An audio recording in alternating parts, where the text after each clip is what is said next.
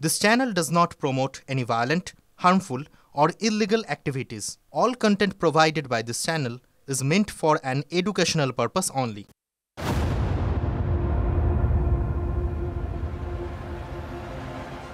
এবার নজর রাখবো পরের খবরের দিকে।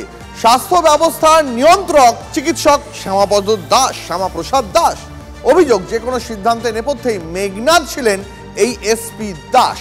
তিলোত্তমা কাণ্ডের আবহে এই এসপি দাসের ভূমিকায় এখন সরা বিরোধীরা।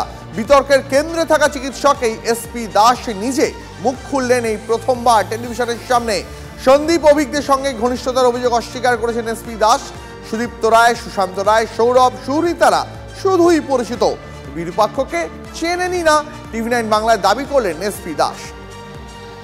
9ই আগস্ট তিলোত্তমা ধর্ষণ এবং খুনের দিন, সেই দিন আপনার সঙ্গে সন্দীপ ঘোষ, সুশান্ত রায়, সুদীপ্ত রায়দের সঙ্গে কথা হয়েছিল বা অভিজ্ঞদের সঙ্গে? অভিজ্ঞদের সাথে কথা হয়েছিল।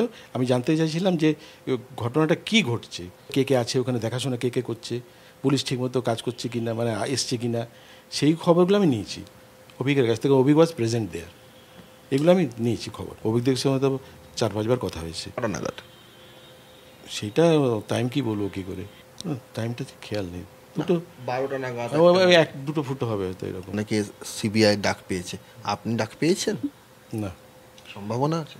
ডাকলে যাবো, কি আছে, আমি তো কিছু ওর মধ্যে তো ইনভলভ নই। আমি যখন ডাকবো যাবো, আমার তো কোনো অসুবিধা নেই কিছু। আপনি তদন্ত সহযোগিতা করবেন? নিশ্চয়ই, 100 বার করবো, কেন করবো না। এটা আমরা চাই তদন্ত ঠিকঠাক হোক তদন্ত, আর আসামি ধরা পড়ুক তাড়াতাড়ি। অভিজ্ঞদের সৌরভ পাল, সুশান্ত রায়, সুদীপ্ত রায়, সুরহিতা পাল, এনারা আপনার ঘনিষ্ঠ কি ঘনিষ্ঠ নয়, বা আপনার পরিচিত? আমার পরিচিত এরা। বীরভূমকে চিনবো কি করে, কি মুশকিল। বীরভূমকে আমি দেখিনি, কোনদিন কথা বলিনি। সৌরভ পাল, এই শ্যামাপ্রসাদ দাসের বক্তব্য নিয়ে কি বলছেন রাজনৈতিক নেতৃত্বরা, শোনাবো আপনাদের। ডক্টর এসপি দাসের বিবৃতি প্রমাণ করছে যে সিবিআই তদন্ত একদম ঠিক পথে চলছে। মানে যারা অপরাধী তারা ধরা পড়ল বলে, আর তাই এখন সবাই সম্পর্ক ছিন্ন করছে। আর এসপি দাস যে বলছে যে ডিএমই, ডিএইচএস তারা কি উত্তরবঙ্গ মেডিকেল কলেজের স্টুডেন্ট? আরে বাবা, তা নয়।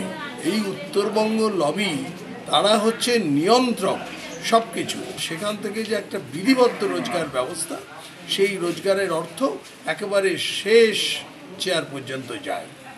কাজেই কোনো চিন্তা নেই, আপনি একটু অপেক্ষা করুন, আপনার মুখ দিয়েও সত্য কথা বেরোবে।